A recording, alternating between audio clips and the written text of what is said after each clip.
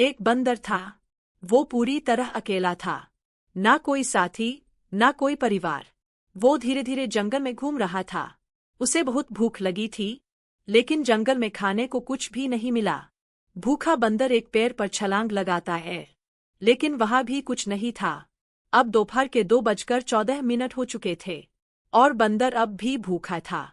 थका हुआ बंदर बस चलता गया और पहुंच गया एक नदी के पास। वही उसकी मुलाकात होती है एक मगरमच्छ से। धीरे धीरे दोनों में दोस्ती हो जाती है।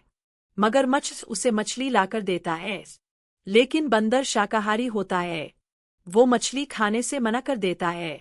अब समय होता है दोपहर के 3 बजे। बंदर फिर से भूख से तड़पता हुआ खाने की तलाश में निकल पड़ता है। करीब 4:30 बजे उसे एक केले का पेड़ दिखाई देता है। वो खुशी से उछल पड़ता है। जैसे ही खाने जाता है, तभी वहां एक सांप होता है। बंदर डरता है, लेकिन हार नहीं मानता। वो सांप को भगाने की कोशिश करता है, पर कोई तरीका काम नहीं आता।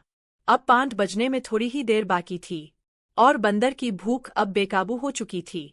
गुस्से में आकर बंदर सांप को पीछे से पकड़ता है और पूरी ताकत से घुमाकर नींबू के पेड़ में फेंक देता है। अब बंदर केले खा लेता है, मीठे और राहत देने वाले केले, लेकिन वो आखिरी केले थे। अब वहां कुछ नहीं बचा था। बंदर फिर निकल पड़ता है एक नई जगह की तलाश में। रास्ते में उसे एक जादुई परी मिलती है। परी मुस्कुराकर कहती है, बोलो नन्हे बंदर, तुम्हें क्या चाहिए? बंदर सोचता है और फिर कहता है, मुझे ऐसा पेड़ चाहिए जिस पर अनगिनत केले हो, जो कभी खत्म ना हो। तो क्या परी उसकी बात मानेगी? क्या बंदर को मिलेगा वो जादुई पेड़, या ये सब एक सपना बनकर रह जाएगा? जवाब मिलेगा अगले भाग में। अब कुछ सवाल तुम्हारे लिए। सोचो और नीचे कमेंट में जवाब दो। एक बंदर की पहली मुलाकात जंगल में किस जानवर से होती है? 2 बंदर को मगरमच्छ क्या खाने को देता है जिसे वह मना कर देता है?